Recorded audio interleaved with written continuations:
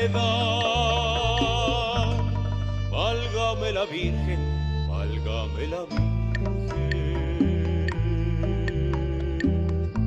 y San Nicolás.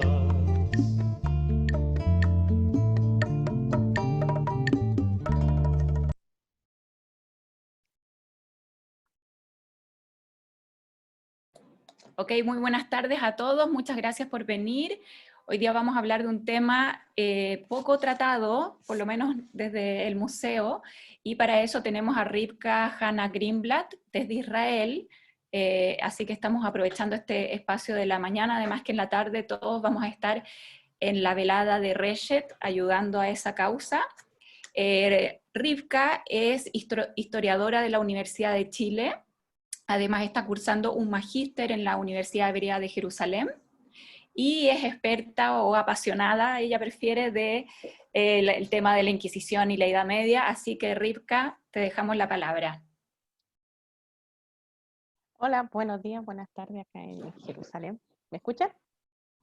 Sí, ok. Me quería presentar, como dijo, me llamo Rivka Greenblatt, y quiero hablar ahora un poco de la Inquisición, para ustedes, sobre todo, llevarle un poco la historia de un tema que muchas veces es tan tratado, a lo mejor tan hablado, pero poco se conoce, y a raíz de mi estudio he podido revisar más que nada fuentes de la Inquisición. Y eso nos da la posibilidad de conocer a la Inquisición de primera mano, qué era lo que pasaba, quiénes participaban, quiénes estaban ahí. Y más que escuchar lo que dijo uno, que dijo otro, que dijo otro más, que nos puede deformar un poco la historia. Y quisiera invitarlo a ustedes a que hagamos como un paseo por la Inquisición, desde cuando empieza todo el problema converso en España hasta que la Inquisición llega a América, y qué es lo que pasa. Y sobre todo, que una cosa que a mí me ha llamado mucho la atención y creo que es muy importante, es ver a la gente común, la gente sencilla, la gente simple como nosotros, que un día su vida cambió para siempre, y esperándolo, sin esperarlo, se vio enfrente de la Inquisición y tuvo que decidir qué hacer: traicionar, delatar, vivir, dejar que lo quemaran. Entonces, muchas dudas, muchas preguntas, y eso es lo que quiero invitarlos un poco a conocer.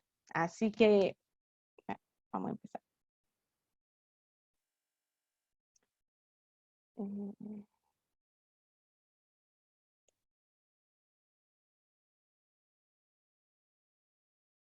Ok. Esta es una imagen que aparece en una Agadá de Sarajevo, en Barcelona, que se hizo en el siglo XV, hoy día se encuentra en Sarajevo, por eso se llama así. En esa Agadá tiene muchas iluminaciones, y aquí se puede ver a judíos saliendo de un Betacneset, y entonces me da el pie para empezar a hablar de que generalmente nosotros tenemos la idea de España o de la península ibérica con esta... que podían convivir las tres religiones, musulmanes, cristianos y judíos, y que esta tolerancia había permitido florecer a la comunidad judía de una manera que no había pasado en otras partes de Europa. Entonces tenemos a judíos que viven en una España con una tolerancia que no es gratuita, es pagada, hay impuestos que tienen que pagar especiales, hay todo tipo de, podríamos llamar casi humillaciones que tienen que hacer. Si llega el rey a una ciudad, los judíos tienen que ir a dejar las sábanas, cosas así, pero para que se aloje, todo tipo de símbolos que tienen que mostrar que ellos están debajo de los cristianos, pero así todos los judíos viven en España una situación que no tiene comparación en el resto de Europa. Durante la Edad Media y siglo XIV y XV tenemos nombres de grandes sabios, de comunidades muy importantes, de muchos trabajos de astrología, de filosofía que salieron de ahí. Pero para hablar de la Inquisición tenemos que hablar del tema converso. ¿Y qué significa el tema converso? Para que vayamos entendiendo, converso es la palabra que se usa para definir a los cristianos nuevos. Fue el término que se usó para hablar de ex judíos, de judíos que se convirtieron al cristianismo forzadamente o voluntariamente. También se usó este término para ellos y para sus hijos. Puede ser que han pasado 5 generaciones, 6 generaciones, y todavía él pertenece a los conversos. Y se le va a llamar converso y va a ser cristiano nuevo. ¿sí? Entonces, sabemos así, la fecha en que se puede decir que cambió drásticamente la situación de los judíos de España fue en 1391. Por una razón que todavía hoy día no podemos saber con seguridad, qué se debió a razones políticas, había tensión social, hubieron peste, mala administración, el poder real no estaba suficientemente fuerte en ese momento, muchas cosas pasaron, pero en 1391 empieza en Sevilla y después se extiende por España, revueltas tremendamente fuertes contra los judíos, como nunca se habían visto. Y por esta vez la comunidad, no la comunidad, pero la aristocracia, los reyes, muchas veces los clérigos que habían protegido a los judíos no pudieron hacer nada. La situación llegó a tanto que hubieron muertes por todas partes, barrios completos judíos fueron exterminados, hubieron robos de patrimonio, quemas, fue una situación que duró varios meses y fue tan grave que incluso la propia gente que lo vivió no recordó que haya pasado algo así. El texto que les puse aquí lo escribió Rubén Ben Nissim de Girona. Él es, el Rab Nissim de Girona era un rab muy grande que escribió un Sefer Torah. Este texto lo escribió su hijo en los bordes del Sefer Torah para dar testimonio de lo que estaba pasando. Porque estaban todos impresionados después de haber vivido tanto tiempo en España en un ambiente relativamente vivible, todo cambió. El texto lo pueden leer ustedes, bueno, pero va diciendo, el destino se apoderó a las comunidades sagradas de Castilla, Toledo, Sevilla, Mallorca, y así. La espada y la matanza, la destrucción, llegaron las conversiones forzadas. Y ese es el punto importante de esta fecha. En 1391 se dan conversiones forzadas en un número que no se había dado antes. Comunidades completas se convierten, familias se separan, queda la mitad judía, la mitad cristiana. La gente, por salvar su vida, optó por convertirse en lo que uno hubiera hecho en una situación normal. El golpe fue muy fuerte y las persecuciones continuaron hasta que cuando cesaron y volvió la calma, cristianos y judíos se encontraron frente a una situación nueva que no habían tenido antes. De repente existe un nuevo elemento en la sociedad, está el cristiano nuevo, que este judío que se ha convertido en muy poco tiempo, que no tiene casi ninguna instrucción cristiana, y que de repente ahora tiene nombre cristiano, sus nombres cambian de un día para otro, ahora tiene permiso de cosas que antes le estaban vedadas a los judíos, cargos públicos, todo tipo de beneficios que tenía el ser cristiano en la sociedad cristiana, que antes como judíos no habían podido acceder. Todo esto cambia. Y entonces esto trajo muchas consecuencias, pero también en la vida familiar. Judíos se encontraron de un momento a otro, mantuvieron a lo mejor las mismas casas, y ahora sus vecinos, el vecino era cristiano, la prima era cristiana, la madre a lo mejor era cristiana y él seguía siendo judío. Se empieza a producir lo que se va a llamar el problema converso. Esto empieza con el tiempo a continuar, porque cuando los cristianos ven el gran éxito que han tenido, algo que han por siglos esperado, la conversión de los judíos, y de repente se está dando de esta forma tan masiva, dicen, quieren terminar el trabajo, y se empieza a dar toda una serie de prédicas, aparecen predicadores muy grandes como Vicente Ferrer, que va de comunidad en comunidad, Valencia, Toledo, Ciudad Real, a tratar de seguir convirtiendo a judíos. Se hacen también disputas, como la disputa de Tortosa, que era casi seguro que iban a ganar los cristianos, pero tuvieron que aceptar los judíos, y si perdían tenía que convertirse a la comunidad, y obviamente perdieron.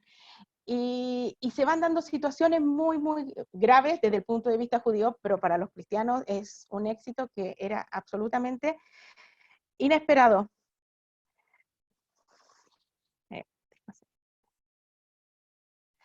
La situación no era tan, podríamos decirlo, apacible.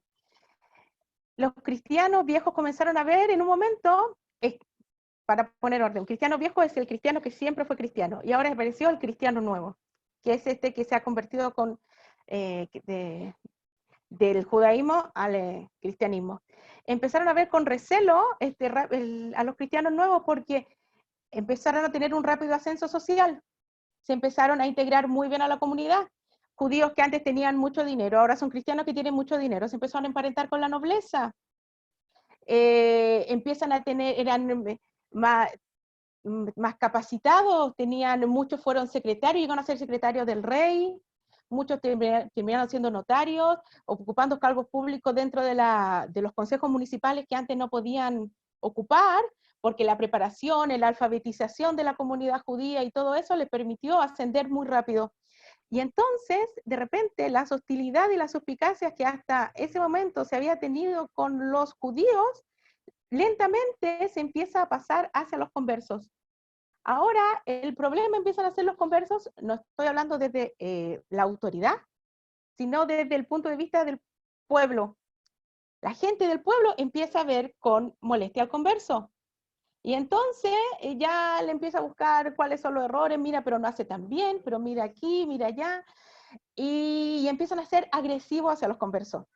Se buscan todo tipo de razones. Yo estoy hablando muy en general, pero incluso hoy día los historiadores no pueden encontrar cuál sería, nos falta documento, nos falta entender qué es todo lo que pasaba para entender qué era la molestia específica que tenían con los conversos.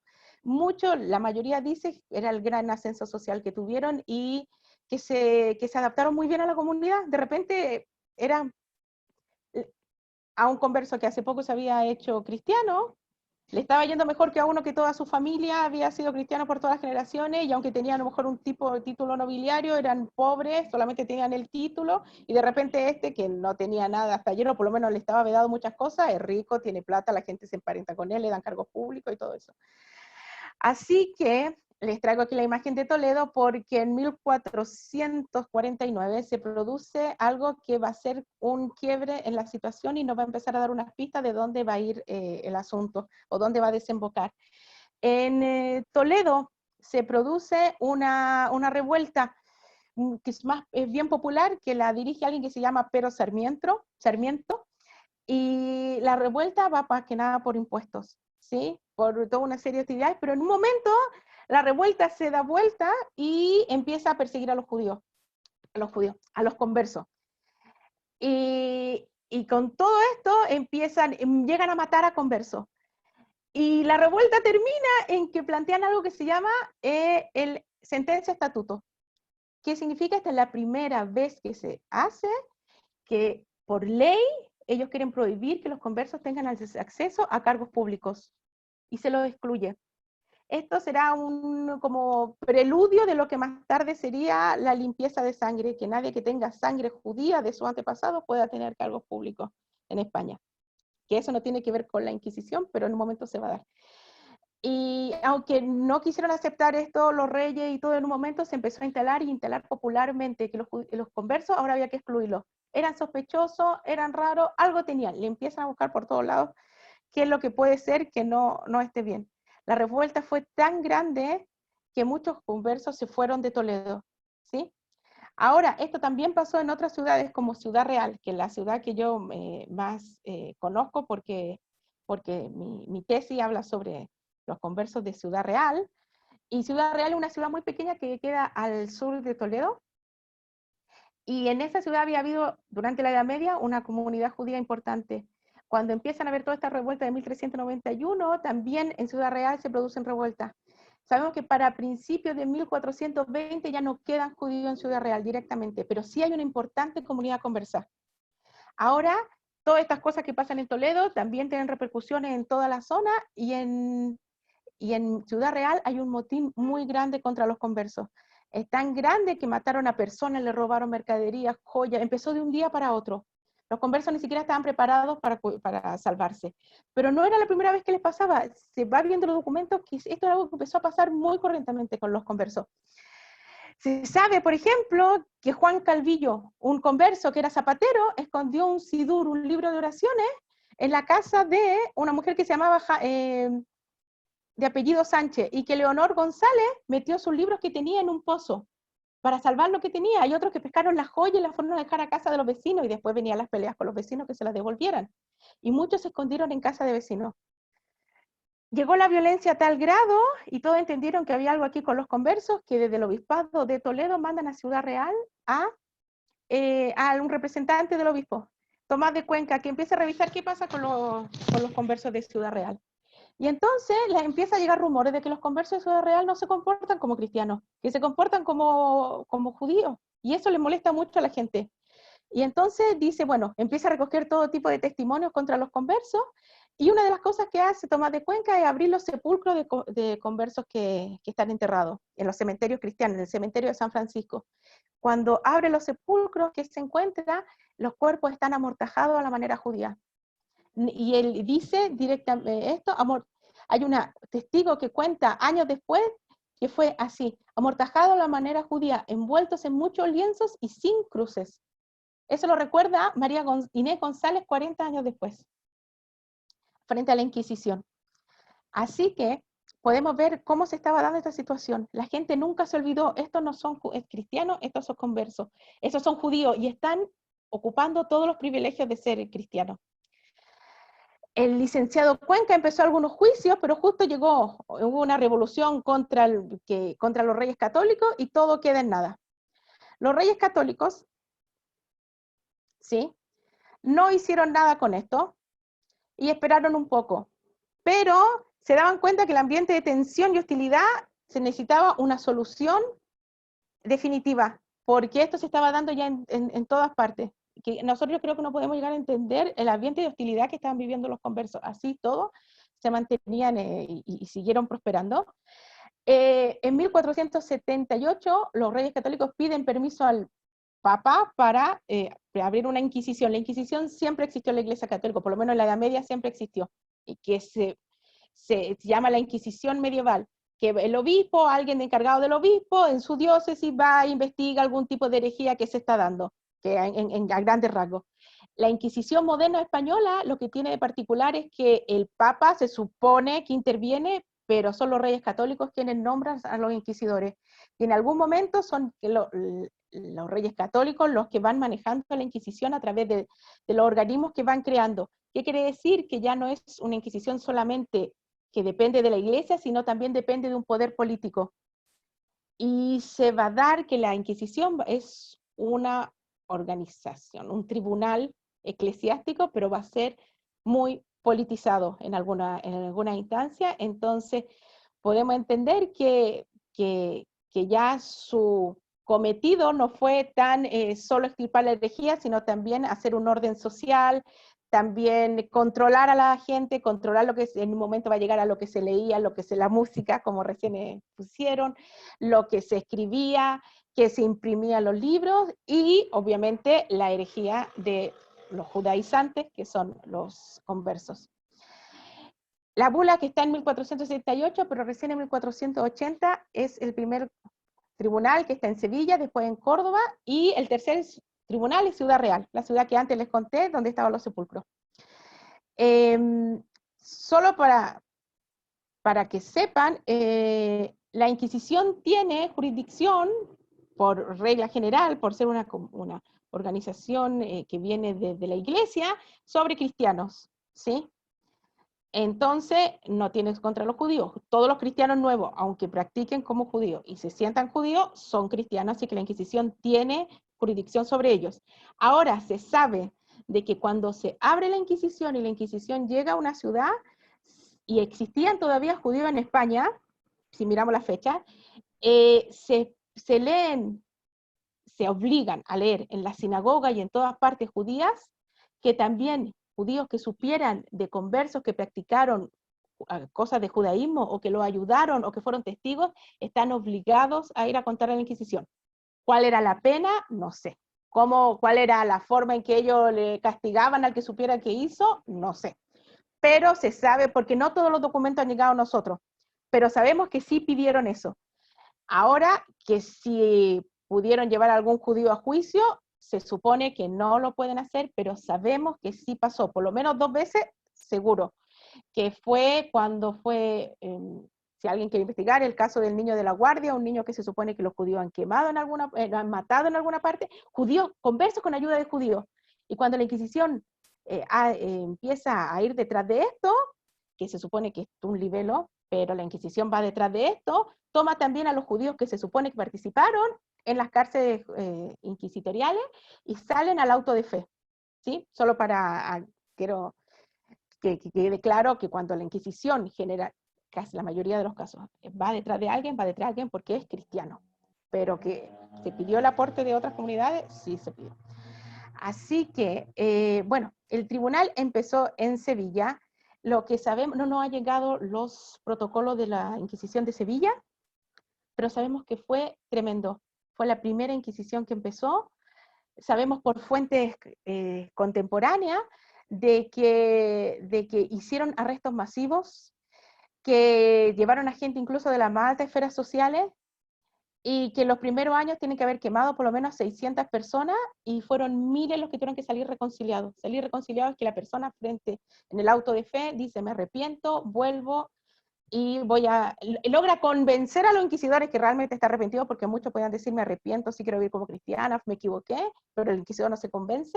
Pero esta gente que sale reconciliada es porque realmente logró convencerlo, y era mucha humillación ser reconciliado, pero bueno, lo hicieron. Les voy a hablar un poco de Ciudad Real. Cuando llega la Inquisición a Ciudad Real es en 1483. Conversos que habían escapado durante las revueltas anteriores y de la gran robo que hubo, y que hablamos recién cuando la gente metía su libro en el pozo y cosas así, muchos conversos habían escapado a una ciudad en el sur, cerca de Córdoba, que se llama Palma. Otros escaparon a otras partes, Almagro, Daimiel, comunidades conversas. La gente, nosotros sabemos por los juicios de la Inquisición de Ciudad Real, que escapó a Palma, vivió abiertamente como judía. Incluso tenía un rabino en Palma. Ahora sí, muchos de ellos volvieron a Ciudad Real. En Ciudad Real, como en todas partes, se escuchaba lo que estaba pasando en Córdoba y en Sevilla. Así que sabían de qué se trataba esto nuevo que se llama la Inquisición, que va contra los judaizantes. Cuando la Inquisición llega a Ciudad Real, ¿quién llega también? Solo para que nos hagamos una idea, alguien que se llama Fernando Trujillo. Fernando Trujillo era el rabino de estos conversos en Palma que se hizo cristiano. Y ahora viene a apoyar a la Inquisición. Y sabe el nombre de todos los que hicieron. Y sabe lo que hicieron. Incluso puede ayudar a la Inquisición cuando alguien da alguna declaración a decir si es cierta o falsa. Y entonces mucha gente cuando llega a la Inquisición a Ciudad Real sale escapando, porque saben que viene con Fernando Trujillo y de esto no van a lograr escapar. La Inquisición de Ciudad Real llega y lo primero que hacen es leer el edicto de fe. Hemos llegado, hay una herejía que se está produciendo en todas partes, estos son los pecados que nosotros queremos buscar. Empiezan a decir, se prenden velas en los sábados, se hacen rezos, se come carne que no es la carne común, no comen liebre, no comen pulpo, no comen esto, no matan de cierta forma, no matan pájaros que están ahogados, sino que lo hayan matado de cierta forma, y un montón de prácticas. Después se hace lo que se llama el edicto de gracia, y se hace en todas las ciudades que llega la Inquisición. Es el orden, el edicto de gracia dice, todos los que hayan pecado, o todos los que sepan de algo, nosotros vamos a usar toda nuestra misericordia, tienen 30 días para venir a confesarse. Y nosotros vamos a tratar vamos a escucharlo, y con la misericordia que tiene la Santa Madre Iglesia, nosotros vamos a saber cómo proceder. Ahora piensen, alguien va, un caso concreto, María González va a la Inquisición y presenta su testimonio. Realmente ella se equivocó cuando vivía con su marido en Alcázar de Consuegra, cerca de Ciudad Real. Ellos sí judaizaron, comieron matzot, panáximo en Pesaj, ellos se cambiaron ropa los sábados, cuidaron el sábado las veces que pudieron, realmente ellos sí comían comida y no calentaban y cosas así. Y ella va a presentarse a la Inquisición, pero su marido, Pedro Díaz de Villarrubia, no se va a presentar a la Inquisición. ¿Qué pasa? Si María hizo en su casa cosas, su marido también tiene que haberla hecho. Le preguntan, ¿y tu marido sabía? Bueno, sí, muchas veces estuvo conmigo. ¿Qué va a decir? Los inquisidores preguntan, y van sacando información de todas las redes de solidaridad y todas las redes que tienen. ¿Qué pasa? Pasa así. Pedro Díaz de Villarrubia es llamado por la Inquisición, arrestado, llevado a juicio y muere en un auto de fe. María González se reconcilia con la iglesia y queda siempre con la pena de que su marido fue quemado. ¿Por qué nosotros sabemos eso? Porque 20 años después la Inquisición la lleva de nuevo de vuelta y le pide explicaciones porque dicen, ¿sabes qué? Tu arrepentimiento no fue sincero. Hoy día nosotros lo sabemos. Así que solamente podemos pensar el pánico que se puede haber apoderado de una comunidad tan chica, o de una ciudad tan pequeña como Ciudad Real, cuando llega la Inquisición y la gente empieza a dar su testimonio. Sabemos de sirvientes que por conflictos sociales que tenían con su amo, ven en esta oportunidad al momento de vengarse. Y van y cuentan, ¿saben qué? En esa casa yo siempre he visto, se cambian de ropa los sábados. Y a veces cuentan cosas que son muy generales, que nosotros no podemos saber realmente lo vio, pero hay unos que cuentan cosas muy específicas que llaman muchísimo la atención. Aquí hay una imagen, bueno, la casa del inquisidor, que se sabe que en Ciudad Real, cuando llegaba la Inquisición, toma una casa a la que les parece que le va esto, y que le va a servir, y esta es la casa, y un auto de fe. Es absolutamente, un auto de fe que representa un auto de fe que fue en la Edad Media, ¿sí? Pero el momento en que se pinta es en el momento en que está la Inquisición, que está la Inquisición haciendo autos de fe, así que podemos entender que el pintor se inspiró en los autos de fe que sí veía en ese momento, para por lo menos representar qué es lo que estaba pasando. Ahora aquí les traigo un ejemplo de lo que pasa en Ciudad Real. El 11 de diciembre de 1483, María González, como hay muchas que se llaman María González, así que pone la mujer de Alonso García, testigo presentado al fiscal, dice, y empieza a contar todo lo que ella vio en la casa de María González La Pampana. Se llama, es el tercer juicio que se abre en Ciudad Real. Esta es la página original del juicio de la Inquisición. Aquí aparece el testimonio de María González. Como ello, hay muchos juicios que nosotros podemos ver, todo el desarrollo, desde quién va a acusar, quiénes son los fiscales, cómo se defiende el acusado, se le ponía un abogado, pero el abogado más que nada estaba buscando el momento de la confesión, podemos leer las torturas y todo eso. También tenemos de otros lugares que son muy interesantes, como en Segovia, ¿no? Han llegado también muchos testimonios. Por ejemplo, sabemos que cuando a Juan Dávila, que llegó a ser obispo de Segovia, la Inquisición le abrió juicio, sabemos que sus padres eran conversos, y la gente empieza a contar cómo se comportaban sus padres. Y entonces nos empiezan a salir historias como, por ejemplo, Isabel, en 1483 cuenta que un día había pasado por la judería, que venía de urdir una tela, y como sabía que había una casa donde había fallecido una judía, que era hermana de la mujer de Diego Arias, quiere decir, la madre del obispo, que como le tenía gran amistad, entró a la puerta y la vio adentro, a la madre del obispo, que se supone que era católica, y le empezó a reñir, y le dice, bueno, ¿eres judía o cristiana? ¿Qué haces aquí? Y la madre del obispo le dice, pero ella es mi sangre, ¿cómo no voy a estar aquí? Bueno, esta mujer va a contar esto a la Inquisición. Otro, Moisés Negro, judío, va a la Inquisición en 1486 y dice que un día él estaba paseando por la casa de Diego Arias, y que cuando él va subiendo la escalera, y Diego Arias, el padre del obispo, va bajando la escalera, y lo escucha que está diciendo un salmo en hebreo, que está en la mitad de recitar un salmo, y entonces llega y este hombre, Moisés el Negro, así se llama, que es judío, le dice, me habían dicho que era un jamor, así está escrito, que significa un burro. Dice, pero lo estás diciendo bien, como diciendo, me estás diciendo bien en hebreo el Teilim. Y dice que Diego Arias se rió y no le respondió nada. Otro también sabemos que un día Diego Arias iba, vio a alguien que estaba matando, según la ley judía, una gallina, haciendo una shkita. Tenía que hacerla correctamente. Y ve que no lo está haciendo bien. Y según las prescripciones judías, y que el dicho Zaragoza, el que estaba haciendo, lo quería matar un pollo ante el dicho Diego Arias, y no lo sabía cómo hacerlo bien. Y las señales que tenía que hacerlo para degollar. Y el dicho, Diego Arias le dijo, ven acá, necio, pásame que en esto sé yo más que tú. y llega y tomó el pollo en su mano y le mostró la manera en que los judíos lo hacen y así se lo degolló. Eso está escrito en los protocolos de la Inquisición, como esta página, así. Son todo tipo de historias que nos van saliendo, que empezamos a ver la vida cotidiana de estos conversos, cómo sorteaban su vida siendo cristianos, teniendo familia judía, no pudiendo olvidar las tradiciones de un día a otro. Recordemos que muchos de ellos fueron convertidos a la fuerza por salvar la vida.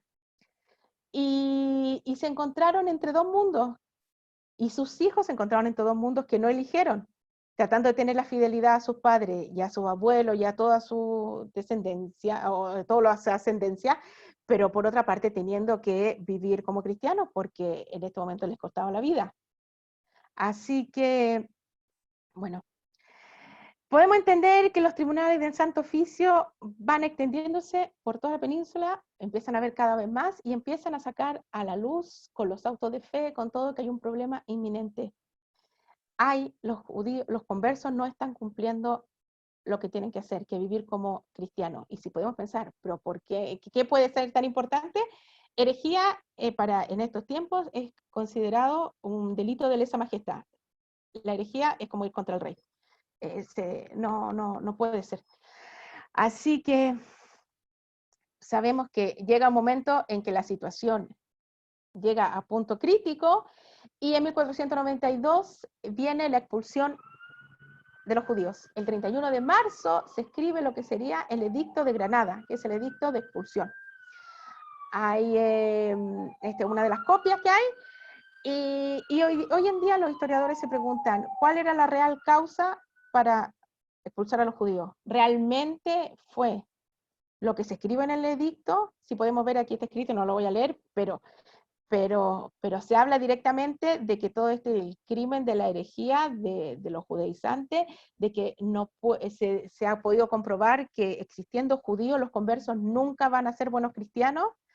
Entonces esto hay que tomar una decisión ¿cómo se puede decir? Una decisión drástica. Y terminar esto para bien, pero por otro lado puede haber muchas razones. Hay muchísimas razones. No voy a entrar ahora a verla, pero se pregunta también, ¿y a los judíos los tomó por sorpresa o no? Cuando los judíos recién escuchan que está el edicto de expulsión, ¿realmente se sorprendieron? ¿Era tan grave la situación que a lo mejor para muchos era el paso a seguir? ¿Era obvio que en un momento ya no van a echar porque esto no va para ningún lado, o realmente no se lo esperaban? Y una comunidad que había vivido como la comunidad en Sfarad, con una opulencia tan grande, con un florecimiento tan grande, fue de todas maneras un punto crítico, y se sabe por lo menos que la gente común, la gente sencilla, el judío simple de la calle, lo vivió muy mal. Además que con el edicto de expulsión, que se le daba hasta fines de julio para salir de España, se dieron también muchas situaciones. Por ejemplo, los judíos no podían sacar oro, no podían sacar caballos, no podían vender todos sus bienes raíces. De repente todos quieren vender su casa, entonces las casas ya no tienen valor. Hay impuestos que tienen que pagar los judíos al rey, entonces, perdóname, pero me adelantan los impuestos porque la corona lo necesita. Hay que saldar deuda, hay que pagar créditos. Se produce un problema tremendamente también de orden económico, legal, de población. Hay pueblos donde, por ejemplo, la mayoría de la comunidad prefiere convertirse. Hay pueblos en que realmente abandonan. Hay lugares donde los judíos ricos que se convirtieron, o los conversos ricos, le compran a los judíos muchas de sus propiedades para que salgan con algo, pero no podían salir con oro, con plata.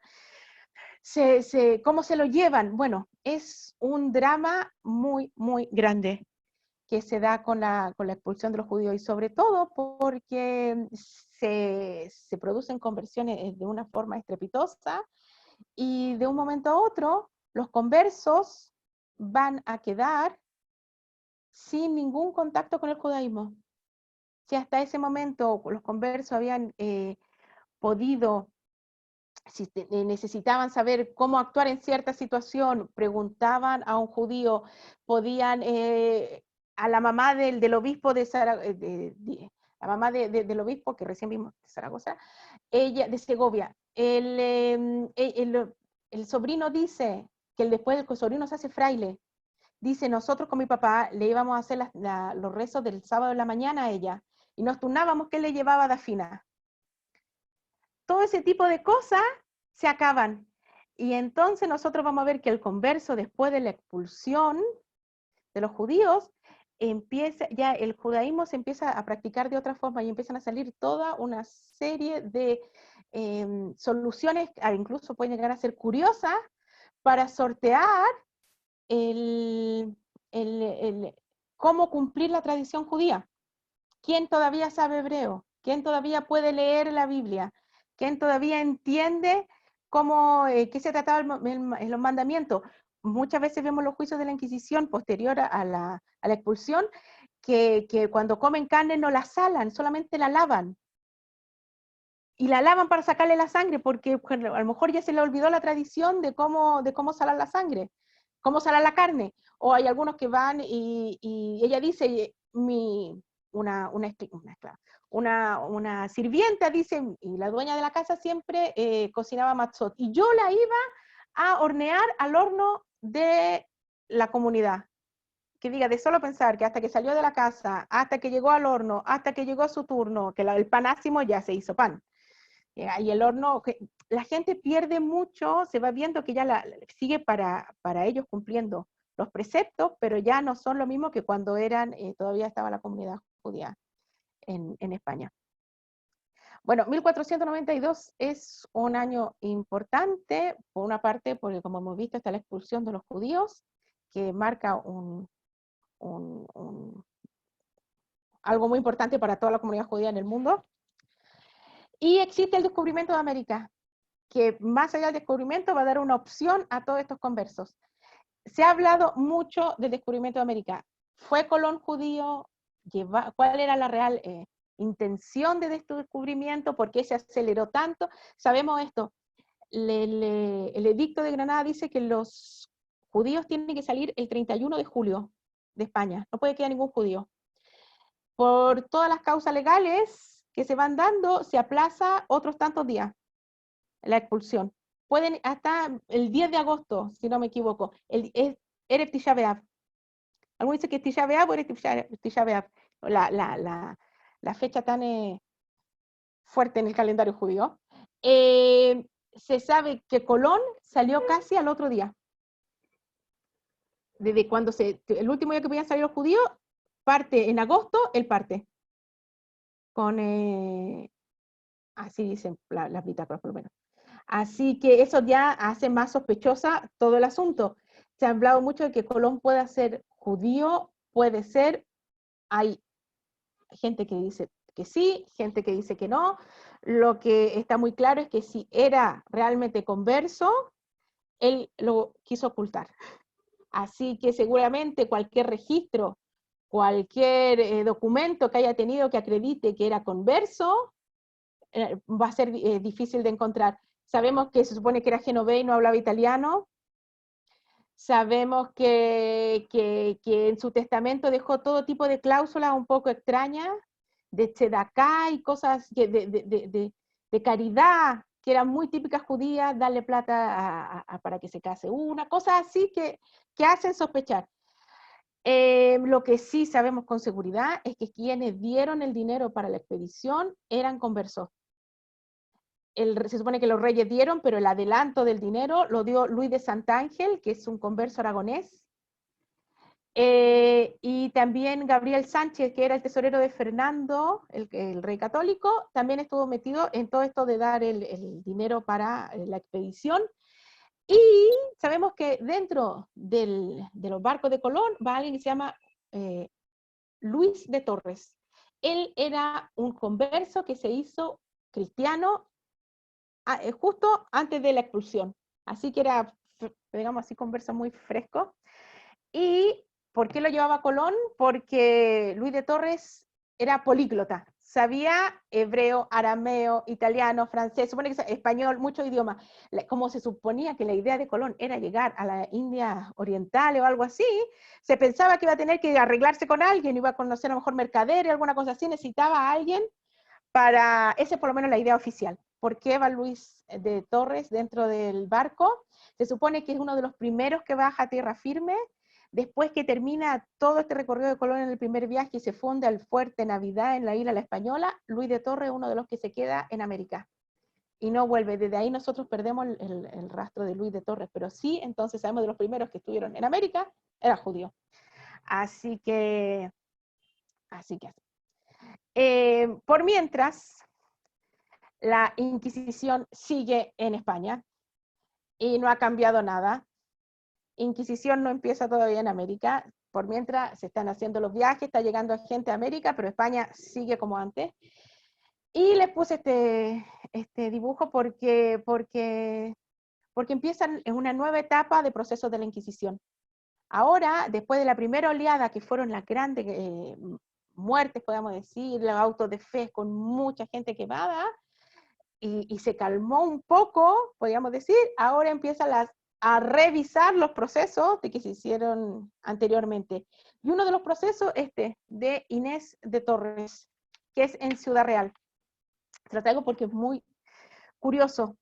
Cuando el fiscal presenta frente a los inquisidores por qué él cree que tienen que juzgar a Inés de Torres, él dice así, porque algunos sábados los cuidaba, se vestía ropas limpias, encendió sus velas los viernes por la noche, ayunaba ayunos judíos, y en los viernes de la tarde arreglaba la casa en honra del sábado, y cuando estaba la Inquisición, no rezaba, y cuando ya estaba la Inquisición, no rezaba ni adoraba el sacramento, y no comía tocino. Esa es una de las cosas que...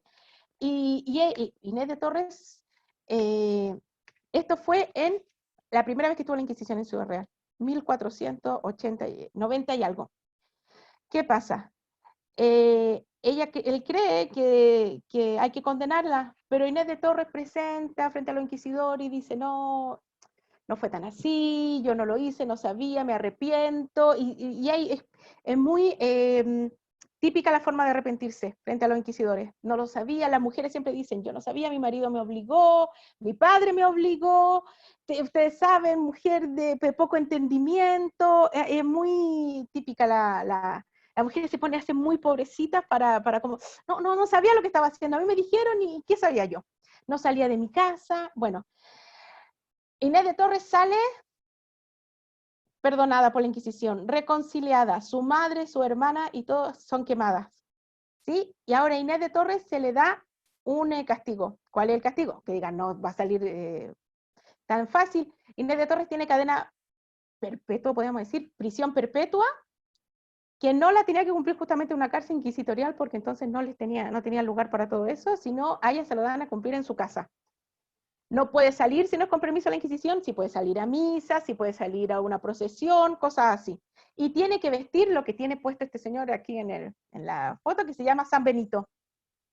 San Benito es esta tela que según la forma en que esté hecha, las cruces que tenga pintada, significa cuál es la condena del reo. Una persona de este tiempo que veía a alguien en la ciudad podía entender exactamente qué es lo que pasaba con esa persona, según el San Benito. A lo mejor nosotros no podemos entender, ellos entendían perfectamente lo que pasaba con el San Benito. Incluso muchas veces cuando alguien quería injuriar a otra persona, le pintaba como un San Benito con la aspa en la puerta de la casa. Eso sería una vergüenza tremenda. Bueno, se supone que cada vez que Inés López tiene que salir a la calle, ella tiene que ir con el San Benito, que tenga el oprobio, que todo el mundo sepa que Inés algún día hizo herejía. Pasan los años, Inés de Torres se saca el San Benito, empieza ya a andar por las calles, y en 1511 empiezan a revisar nuevamente su caso, le han llegado información a la Inquisición, y dice, a esta mujer hay que hacerle, no se arrepintió realmente, anda diciendo cosas por la calle, como por ejemplo, lo que le pasó a mi hermana y a mi madre, borrachos fueron los que dieron testimonio. Nunca nosotros hicimos nada. ¿Por qué no inventaron estas cosas? Aparte ya le quitaron todas sus pertenencias, todos sus bienes. Entonces dice, encima me han dejado en esta situación. Entonces quiere decir que realmente no entendió el castigo, porque cuál era lo que espera la Inquisición, que diga, tienen razón, lo hicimos mal, la Inquisición justa, nosotros erramos. Inés no habla así. En 1511 se le abre un nuevo juicio a Inés, y dice así el fiscal, era una ficta y simulada confidente, no era realmente, era impenitente, favorecía mucho a los herejes, y todo lo que sabía de ellos, y todo lo que ella se reconcilió, no era real. La llevan de nuevo a la Inquisición, y le empiezan a preguntar, ¿qué es lo que pasa contigo? Y dice, no, Inés, nunca pasó, no lo hice, no quise, realmente la gente no me entendió bien. Y entonces empiezan a salir historias de Inés, como por ejemplo, una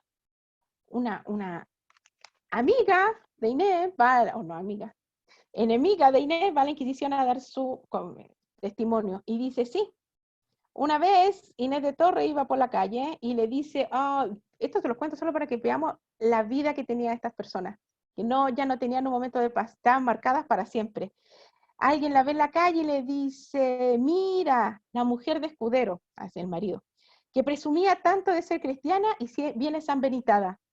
Y entonces Inés, que le responde, porque ella está ya aburrida que le digan todo el tiempo eso, le dice, más vale ser reconciliada y no irme con mi cuñado a Portugal. ¿Por qué? Porque la madre de la que le gritó eso se había ido con su cuñado.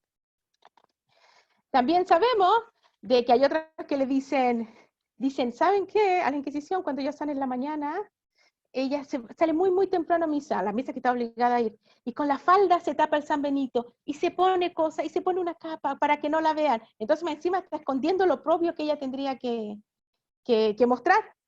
Bueno, el juicio es bastante largo, pero al final la Inquisición dice, y eso es lo importante, en el juicio casi no se habla de que Inés haya hecho nuevas prácticas judías, de que haya cumplido el Shabbat, que haya hecho cosas, no, que ella lo que confesó la primera vez, al parecer no era real, realmente no estaba arrepentida, está contradiciendo lo que la Inquisición dijo, cuando la Inquisición dijo que alguien es malo, ella no puede venir a decir que es bueno, y no cumplió, así que fue esto simulado, y Inés es quemada en un auto de fe en 1412. Bueno, estos se los traigo porque son los únicos sanbenitos que han sobrevivido hasta el día de hoy. Están en Galicia, en el Museo Diocesano de Tui. Hay 5 que son, se reprodujeron de los originales, se encontraron en 1980, en la década de 1980, por casualidad. Se suponía que los sanbenitos, después que la persona cumplía su condena o era quemada, esos sanbenitos se colgaban en la iglesia. Entonces, cada persona que entraba a la iglesia lo podía leer, y todos sabían que, por ejemplo, la familia de Andrés Duarte tiene un quemado en la Inquisición. Los que aparecen las caras son quemados, ¿sí? Los que tienen solo la aspa, cada uno tiene otro significado. Pero, estos sanbenitos estuvieron colgados durante siglos en la iglesia, se repararon cada tanto tiempo seguramente. Hay testimonios de que muchas veces tenían que ir y venía el obispo y decía, bueno, sáquenle el polvo porque ya no se ven, porque era muy importante que no se olvidara nunca lo propio de la familia. Por eso muchas veces la gente se cambiaba de apellidos, se iba de lugares para que nadie recordara quién fue su abuelo, su abuela, porque esto lo marcaba para siempre, para cualquier cosa, que ascenso social que quisiera tener, que tuviera un familiar que hubiera sido castigado por la Inquisición. Así que si un día van por Galicia, vean los San Benitos del Museo de Tui. Y entonces, por lo menos mientras, ya seguimos con la conquista de América, y América se va llenando de gente, y pasa lo que se supone que tenía que pasar. Están empezando a pasar muchísimos conversos a América, aunque se supone que no tiene que pasar nadie.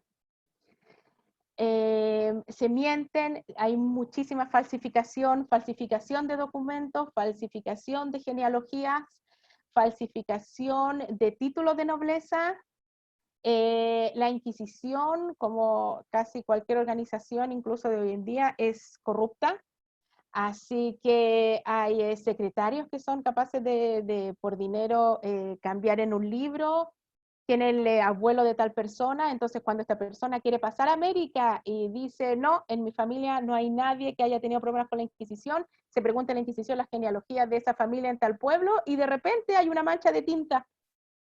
No se puede leer. o el apellido de Arriagada lo cambiaron a Arriaga, o otra cosa, deforme. No, no hay ninguna familia así aquí. Y empiezan a llegar muchísimos conversos a América, nietos de quemados, como dicen muchas veces los documentos, y este, por ejemplo, es un caso muy interesante. Este es un sacerdote, Jerónimo Arriaga y Carrera, que quiere pasar a América. Tiene familia que ha comprado muchas tierras en América, y entonces quieren llevarlo también a él porque la familia está siendo próspera allá. Y entonces tiene que pasar. Llega y él presenta su genealogía y trae testigos. Los testigos los trae su tío, que es alguien muy importante en la villa de San Clemente. Y entonces llega y van todos los testigos y juran de que Jerónimo no tiene ningún problema con la Inquisición y nunca nadie de su familia ha tenido. Y entonces queda todo bien. Cuando de repente alguien que seguramente no les tenía mucho favor, llega y avisa a los inquisidores que no, él sí tiene problemas con la Inquisición. Él tiene un abuelo que fue, o bisabuelo que fue quemado, y su abuelo también tuvo problemas con la Inquisición. Y es más, dice, hace 2 años yo tomé un libro, un brevario, como libro de oraciones que tiene un sacerdote, y en una de las páginas tenía una lista con meses hebreo. Esta es la lista que aparece en el proceso de la Inquisición. ¿Sí? Y entonces llega y lleva la lista. Y los inquisidores la ven, aquí hay algo, nos mintieron. Empiezan a rever toda la historia de Jerónimo, y como le dije, las instituciones son corruptas y el poder social era muy fuerte, y se vuelven a traer los testigos y otra vez se vuelve a decir que está todo bien, y se habla seguramente con otro tribunal inquisitorial que tenían más poder. La Inquisición Suprema dice, a ver, pásenme el expediente, lo llevan, lo archivan, y Jerónimo pasa a Santo Domingo. Y llega a América. Así que tenemos un ejemplo de casos claros de que sí, a pesar de todo lo que decía la legalidad, sí están pasando conversos a América. Y entonces la situación llega a tal punto que se tiene que abrir una Inquisición en América. La Inquisición en Portugal se abre cuando se anexa los territorios de Portugal a la corona de Castilla, y la Inquisición de Lima y de Nueva España se abre en el siglo XVI, y la de Cartagena en el siglo XVII. Van a ser las 3 grandes Inquisiciones que van a haber en América, y lo demás hay secretaría y todo eso en otras partes, como en Chile, en el Río de la Plata y cosas así, que son las que trabajan con estas inquisiciones centrales. Hombres que estén sin sospecha de fe, existen pocos en América. Hay alguien que llega a decir en algún momento, parece que estas tierras hacen a uno judío, por la cantidad de conversos que están pasando, sobre todo ahora que Portugal se ha integrado a la corona, también portugueses. En un primer momento, cuando es la expulsión, muchos se van a Portugal. O también, cuando empieza la Inquisición, muchos conversos se van a Portugal y vuelven al judaísmo. O por lo menos vuelven de otra forma. Como no había Inquisición portuguesa, pudieron hacer muchas cosas. Bueno, ahora que todo se hizo una sola corona, empiezan a llegar estos portugueses, los que se llaman marranos, y que tienen mucho más fresco, digamos así, el judaísmo. Por ejemplo, en 1539 dice el rey Carlos V, por cuanto por experiencia se ha visto el gran daño inconveniente que se sigue de pasar a nuestras Indias, hijos de quemados y reconciliados, judíos y moros, nuevamente convertidos y queriendo, y tenemos que ver cómo lo podemos remediar. De la casa de contratación se le dice, ¿qué está pasando? ¿Cómo están dejando pasar a tanta gente? Se supone que nadie puede pasar sin el permiso de ellos a América. Pero así, América se empieza a llenar de conversos. Y tenemos un caso también de Simón Osorio, que es un portugués que nació en 1601. Se educó en Flandes, fue a Madrid, de Madrid a las Indias, y tenía documentos de limpieza y de nobleza, aunque era converso. Hizo ostentación de ello, y así dice el escrito de la Inquisición, pintándose como el más noble y calificado. Se dedicó a administrar los bienes de la duquesa de Lerma, pero llevaba una segunda existencia, y una tercera y una cuarta, porque tenía muchos nombres. Se dedicaba a obtener documentos falsos para sus hermanos conversos en las Indias, y también se sabe que le daba instrucciones de judaísmo. La Inquisición lo tomó. Y le encontraron, a él, cuando lo tomó la Inquisición, le encontraron muchos documentos falsificados. Y se vio que él tenía muchos documentos de sí mismo con muchos apellidos paternos. Quiere decir que cuando él hacía todo esto, falsificación y traía gente, él también falsificaba mucho su identidad para no ser pillado. Pero es más también, y esto es lo curioso, también se encontró que había viajado vestido de mujer. Incluso se encontró que tenía un retrato del mismo vestido de mujer para comprobar su identidad femenina. También, entre todas las cosas que se le encontró, fue un calendario que tenía en clave. Así que, bueno, y tenía unos hermanos que estaban, que nunca fueron encontrados por el Santo Oficio, pero a él sí. Así que este es solo un ejemplo de lo que estaba pasando. Así que cuando se pone la Inquisición en Perú, sobre todo en México, era porque habían muchos casos de conversos. Pero tenemos que entender, la Inquisición, después de la mitad del siglo XVI, ella solamente está, ya no es, al principio la Inquisición está con los conversos. Ese es el tema principal que ella persigue, la herejía. Después de Trento, empieza a perseguir otras cosas que ya tienen que ver con el ámbito de los cristianos. Blasfemia, bigamia, todo tipo de sacerdotes que hacen, se llaman los solicitantes, que hacen todo tipo de insinuaciones en la confesión, todo tipo de carácter moral, solicitar favores de las que se vienen a confesar, y todo, sodomía, como lo llaman ellos. Hay toda una serie de pecados que ahora la Inquisición es también la que es encargada de perseguirlos. Quiere decir que esta forma que tiene la Inquisición de regular una sociedad se va extendiendo más, ya no es solamente a los conversos, ahora también a los cristianos en general. Y como hablábamos antes, la impresión de libros también, qué libro sí se puede imprimir, qué libro no se puede imprimir, qué música se puede escuchar. Entonces, cuando llega la Inquisición a Perú y a México, no es solamente contra los conversos, es contra todo tipo de los protestantes y esto. Ahora, para mostrarles solamente cómo esto está en todas partes, les traje la foto de un edicto que estuvo colgado en la Catedral de Santiago contra un fraile, Francisco de Ulloa, que tenía ideas, parece que no muy ortodoxas para la iglesia, y entonces este es, solamente, no hay para qué leerlo, pero nada, pero este estuvo pegado en la catedral. Y acá abajo, que está abajo y lo puse en grande, el notario dice, testifico haber fijado este edicto en la iglesia catedral de la ciudad de Santiago, pone la fecha y todo, y atrás del documento dice, notifico que lo he sacado. Así que podemos pensar cómo la Inquisición no era una cosa que le pasaba a alguno, estaba presente en el día a día de ciudades como Santiago, como Concepción, como Valdivia. Muchas veces la Inquisición de Lima mandó a alguien exiliado, digámoslo así, lo mandaba a Valdivia. Así que, sí. Si puedes hacer, ir cerrando, que nos quedan pocos minutos. Ok, solamente dos cosas. El auto de fe de 1639 lo pueden buscar en línea, es muy interesante, es el auto de fe más grande que se hace en la Inquisición de Lima. Es al que quiera ver un poco de este tema. Es tan grande el auto de fe y tan orgullosa se siente la Inquisición de esto, de que dice, vamos a sacarlo impreso, para que todos lean todas las causas. Es muy interesante para saber cómo se desarrollaron las cosas. Este es unos cuadernillos, uno de los cuadernillos que tenía Francisco Maldonado da Silva.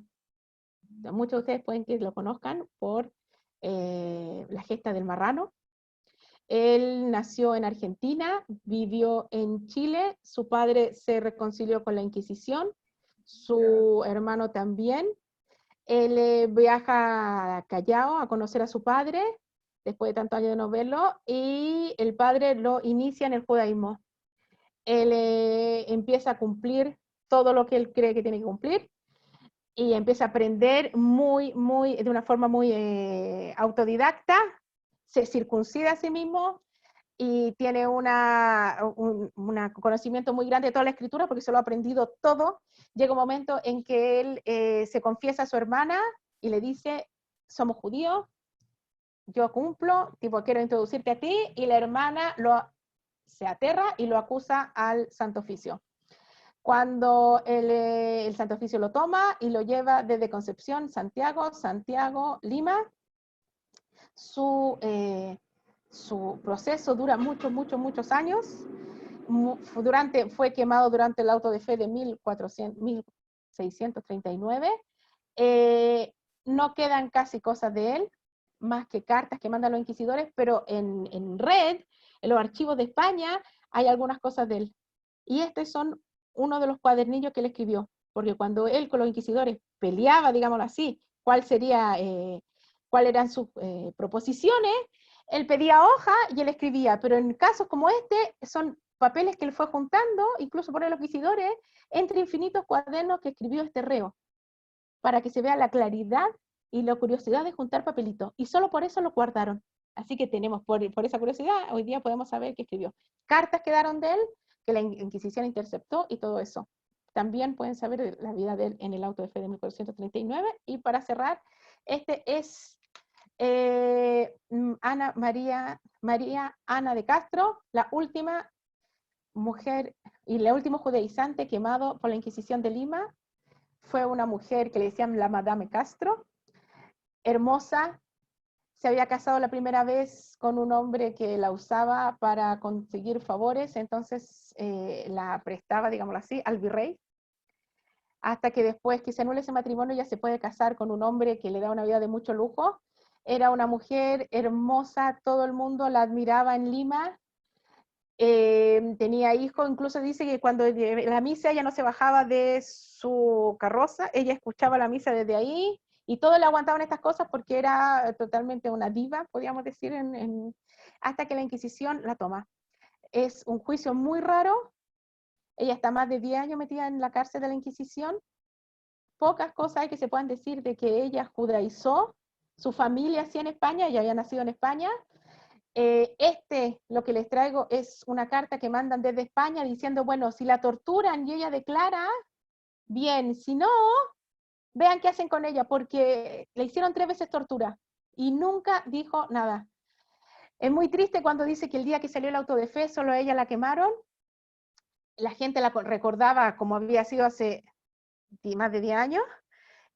Salió delgada, las faldas estaban sucias, los zapatos ya no tenían taco, las medias hablaban de que alguna vez fueron medias de colores muy especiales, de mucho dinero. Dicen que cuando ella pidió agua, se lo llevaron en un urinario, el agua, la humillación fue completa, que ella hasta antes de morir se arregló el pelo, que siguió con la misma dignidad de ella, se puso la soga al cuello, y que hasta el último momento esperó que la perdonaran. Ella no logró, parece que, entender nunca cómo se movía la Inquisición, pero no le dieron. Lo que sí, hay algunos que dicen que murió quemada y otros dicen que primero le dieron garrote vil, que la ahorcan, la estrangulan y después la queman, que esa era una especie de misericordia.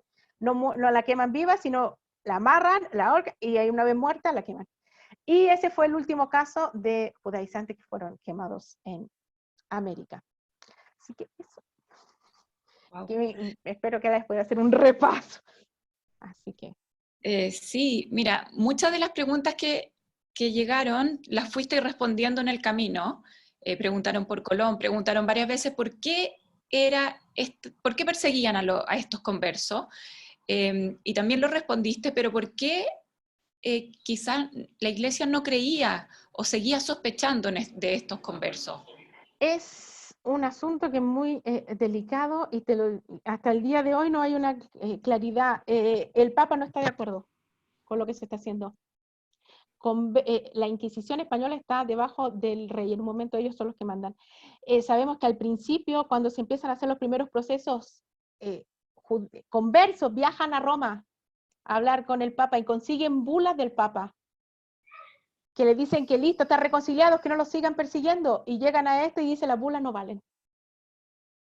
El mismo hecho, por ejemplo, que después quien tiene sangre conversa, quien tiene sangre judía no puede entrar a ciertas instituciones, quiere decir que todo lo que cree el cristianismo sobre el bautismo no vale la pena, que no sirve, lo que era nacer de nuevo, que no se anula toda la teoría. Entonces, como dice, hay un profesor de la Universidad de Córdoba que es muy especialista en estos temas y dice, el Vaticano alucinaba con lo que estaba pasando en España. Pero la situación política que se estaba viendo en ese momento el Vaticano necesitaba a España. Era el imperio más grande, la fuerza política más grande, que están dando todo, empiezan a darse todos los protestantismos, empieza todo el barullo en Europa y necesitan un aliado fuerte, y entonces llega un momento en que se callan y no tienen nada que hacer. Ahora, por ejemplo, Italia abre su Inquisición, que es la Inquisición Pontificia, y va a perseguir otras cosas que no son justamente conversos, pero sí persigue en algún momento ya después a los conversos. Es muy raro, algunos dicen simplemente Benjamín Netanyahu, el padre Benjamín Netanyahu, Ben-Zion Netanyahu, historiador especialista en la Inquisición, murió hace unos años, y él escribió un libro de la Inquisición. Su teoría más grande es que la Inquisición no persiguió a los conversos porque judaizaran, sino porque eran judíos. Para él es simple asunto de racismo. Ahora, esa teoría hoy día no está admitida, está rebatida por todos lados porque Netanyahu nunca rindió procesos inquisitoriales, ¿sí? Pero él se basó en las respuestas de muchos rabinos de fuera de España. Y él dice así, los rabinos, si tú lees la forma en que hablan hacia los conversos, quiere decir que los conversos realmente lo estaban haciendo bien como cristianos. Que digan, los rabinos están molestos por lo que está pasando, porque no hay, él sí ve que querían ser cristianos buenos. Entonces, la única forma por qué los perseguían era porque eran judíos. Así que yo creo que también hay que distinguir periodos, inquisidores, pero es algo muy, muy de la sociedad también española. Siempre, incluso en la legislación de Alfonso X el Sabio, las 7 partidas, ya incluso hay una ley que habla que no se molesta al tornadizo, quiere decir al que se convirtió en cristiano. Quiere decir que incluso siglo antes ya parece que había algo en el carácter de la gente que le molestaba mucho, que se convirtió, a lo mejor desconfiaban. El que fue capaz de dejar su religión no es digno de confianza. No es una pregunta clara, pero hoy día hay muchas visiones que puede haber sido lo que realmente molestaba, pero en un primer momento, cuando empieza la Inquisición, sabemos que el Vaticano se opone a muchas de las cosas que están pasando y trata de meter mano, digámoslo así, en lenguaje popular, y no puede. Se lo paran y se entiende que es todo un asunto político. Así que no puede decir por esto, pues estaría... Rica, también preguntan qué pasaba con los hijos de los conversos. Oh, O sea, perdón, de los condenados, de los ya condenados. ¿Qué pasaba con su descendencia? espera. Si lo tengo aquí en el caso de Inés López, los hijos de los condenados sufrían mucho. No lo tengo. Aquí está. Mira, voy a leer lo que dice esta condena y pueden entender. Cuando se condena a Inés López la segunda vez y se la quema, se dice así: y otros sí, dicen los inquisidores, declaramos que los hijos y descendientes de la dicha Inés López por la línea masculina y femenina hasta el primer grado, y hay unos que son del segundo grado y tercer grado, ¿sí? Serán privados de todo o cualquier beneficio, oficio público y de honor, así eclesiástico como secular. Y van a ser inhábiles y incapaces para tener aquellos y otros nuevos, tener otros nuevos honores, que no pueden traer ni traigan sobre sí, ni en sus vestiduras, oro, ni seda, ni grana, ni chamalote, ni corales, ni alforjar, ni perlas, ni piedras preciosas, ni cabalguen a caballo, ni traigan armas, ni sean físicos, quiere decir médicos, ni cirujanos, ni boticarios, ni cambiadores, ni arrendadores, ni tengan ni viviesen de otros oficios públicos o de honor prohibido en derecho, so pena que le va a dar la Inquisición. Si es que Esto es una de las condenas que se da a los hijos. Los hijos del condenado sufren mucho.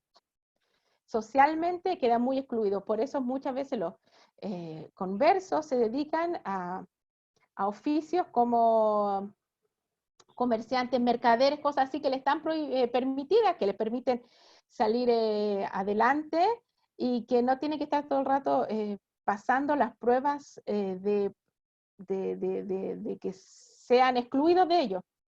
Si de repente, no sé, arrendador y pasa algo con alguien de la familia y lo excluyen, queda sin ningún oficio. Entonces, muchas veces se dedican sobre todo a comercio y cosas así, que son los que, los que le garantizan sobrevivir. Muy bien. Estamos un poco pasados del tiempo, pero me Sí, gustaría hacer perdón, una perdón, última perdón. pregunta que quizás sirve como conclusión o como cierre. Preguntan, ¿se puede pensar que la iglesia en esa época, y según la información que tú manejas, funcionaba de manera como militar y por motivaciones geopolíticas, porque se aleja bastante de la espiritualidad? Sí, pero sí, pero tenemos que entender que es otra iglesia, no es la iglesia católica que hoy día nosotros conocemos.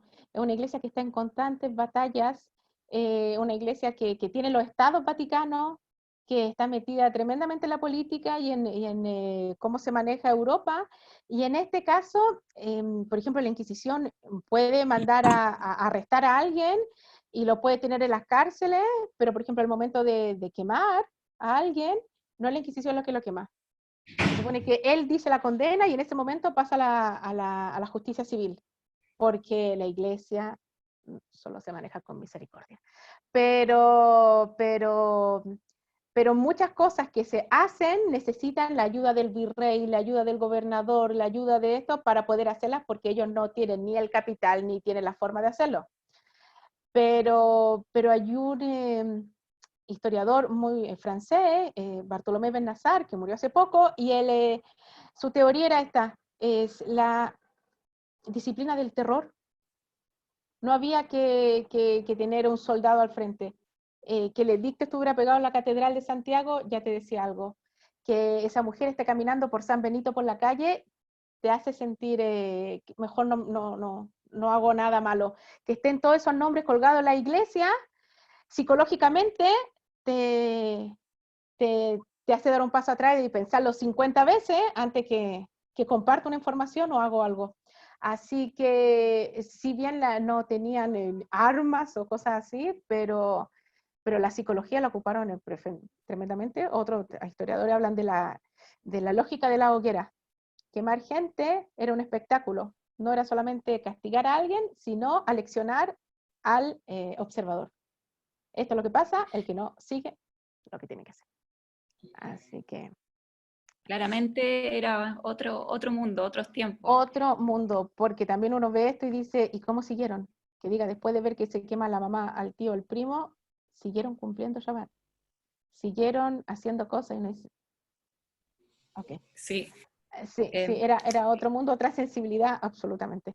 Así que, No sí, podemos juzgar con los ojos actuales hechos que pasaron hace tanto tiempo. para nada, para nada. Si uno ve Em, una madre denunciando a su yo te hijo, agradezco no sabe lo que pasa, así que. 100%, te agradezco montones, aprendimos mucho, Gracias, gracias. estamos pasados del tiempo, pero Perdón. esperamos poder volver. Está bien, no, excelente, era porque estaba muy interesante.